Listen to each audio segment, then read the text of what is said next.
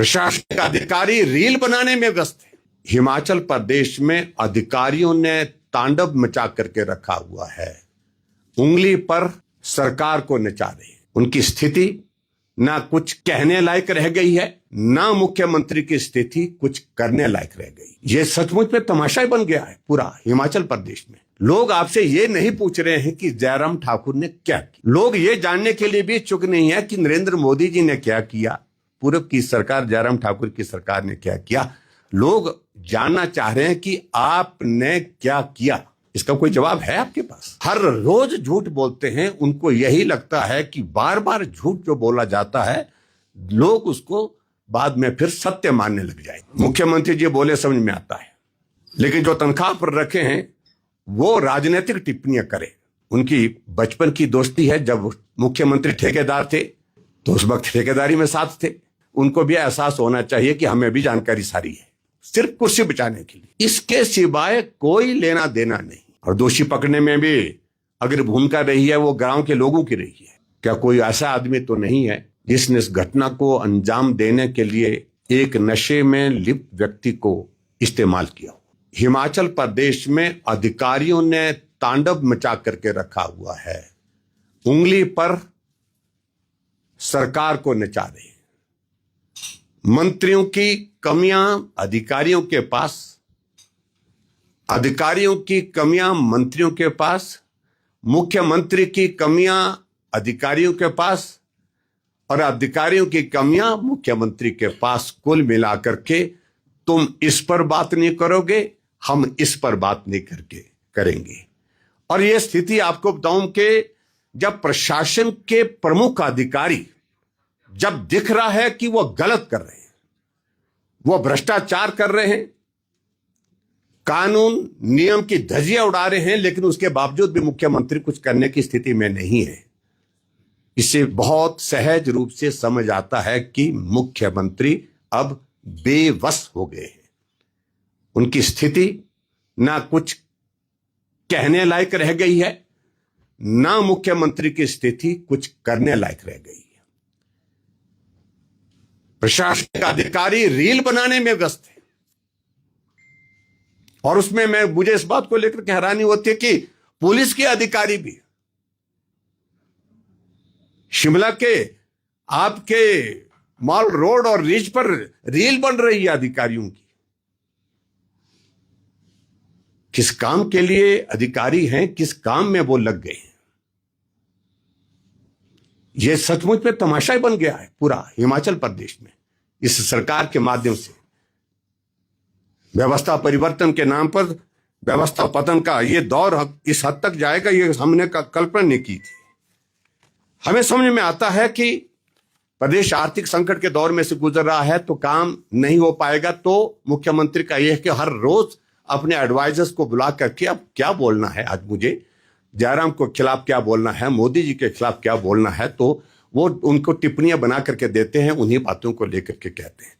मुख्यमंत्री जी 3.5 वर्ष का कार्यकाल पूरा हो गया। अब हिमाचल प्रदेश में लोग आपसे पूछ रहे हैं कि आप 3.5 वर्ष के कार्यकाल पूरा होने के बाद क्या कर रहे हैं।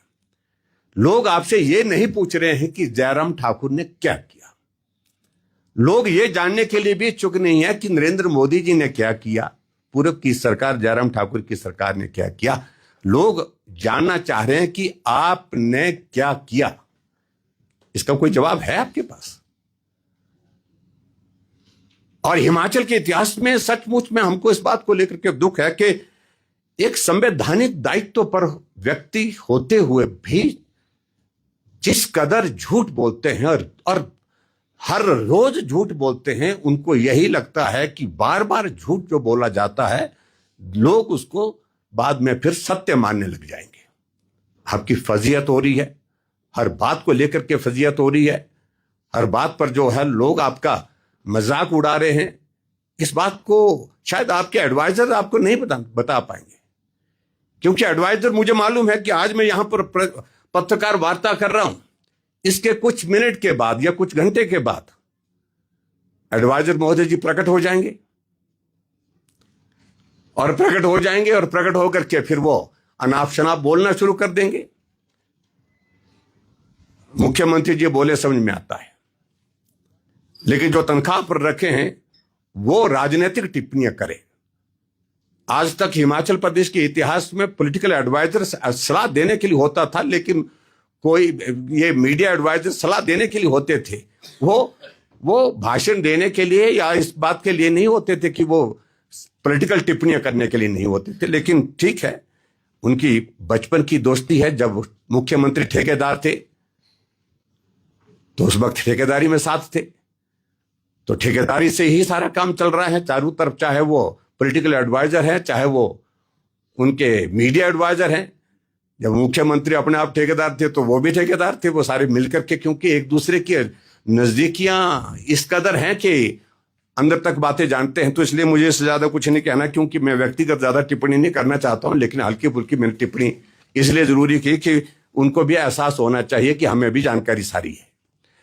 कुल मिलाकर के मित्रों, मैं आप सबके बीच में यह कहना चाहता हूं कि हिमाचल को भगवान भरोसे छोड़ दिया गया है। मुख्यमंत्री का सिर्फ एकमात्र लक्ष्य है कि मैं जैसे कैसे अपना कार्यकाल पूरा करूं, अपनी कुर्सी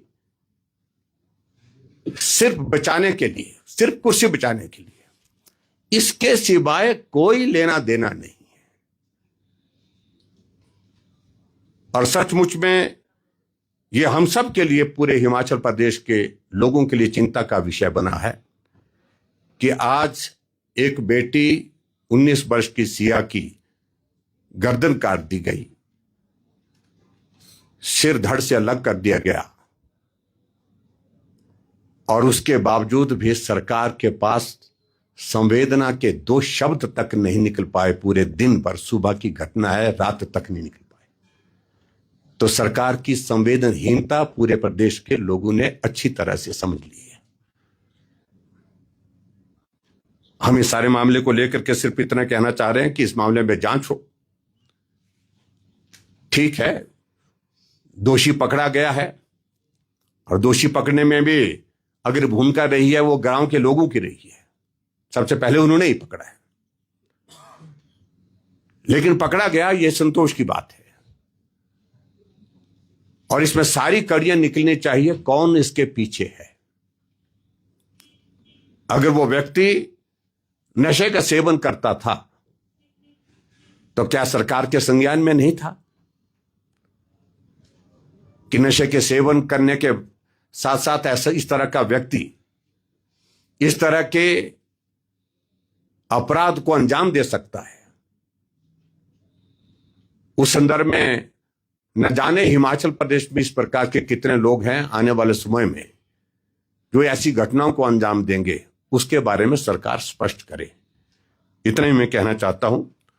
और हमारी संवेदनाएं उस बेटी के साथ, उस बेटी के परिवार के साथ, उनके पिताजी से मिलना हुआ, उनके परिवार के और सदस्यों से पिछले कल जब पोस्टमार्टम था तो उस वक्त मिलना हुआ, तो शब्द हमसे नहीं निकल पा रहे थे। वो पीड़ा का दौर ऐसा था। बहुत ब्रिलियंट लड़की, और पिता बहुत भावुक थे, बहुत चिंता में भी थे, लेकिन एक ही बात उनके मुंह से बार बार निकल रही कि कुछ करो, आपसे हमको उम्मीद है। इस प्रकार की बात कह रहे थे। और सरकार के सामने बात रखो, ऐसे लोगों के खिलाफ कार्रवाई होनी चाहिए, सख्त कार्रवाई होनी चाहिए। और जो उनने जो बात कही है उसमें सबसे बड़ी महत्वपूर्ण बात यही कही उनने कि बेटी का कोई किसी चीज से कोई लेना देना नहीं, वो अपने काम से काम रखती थी। इसके पीछे कौन है? क्या कोई ऐसा आदमी तो नहीं है जिसने इस घटना को अंजाम देने के लिए एक नशे में लिप्त व्यक्ति को इस्तेमाल किया हो? वो तो दोषी है, वो तो है, लेकिन कहीं ऐसा तो नहीं है कि इसके पीछे असली दोषी कोई और है। ये सारी बात पिताजी के माध्यम से मुझे लगा कि जो हम तक पहुंची थी पिछले कल, उसको मैं आप सबके साथ साझा करूं। इसलिए आज की इस पत्रकार वार्ता में आप सबके सामने में उपस्थित रहा। धन्यवाद।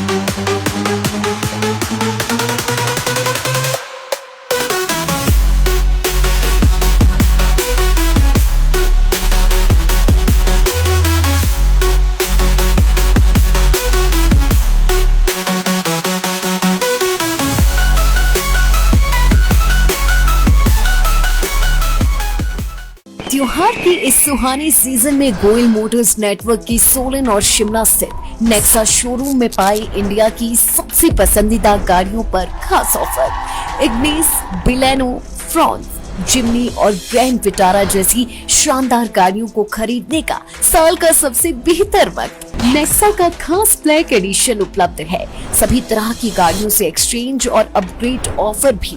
तो देर किस बात की, आज ही सोलन या शिमला में गोयल मोटर्स के नेक्सा शोरूम में पधारे और पाए कार खरीदारी का एक कभी ना भूलने वाला सुखद अनुभव।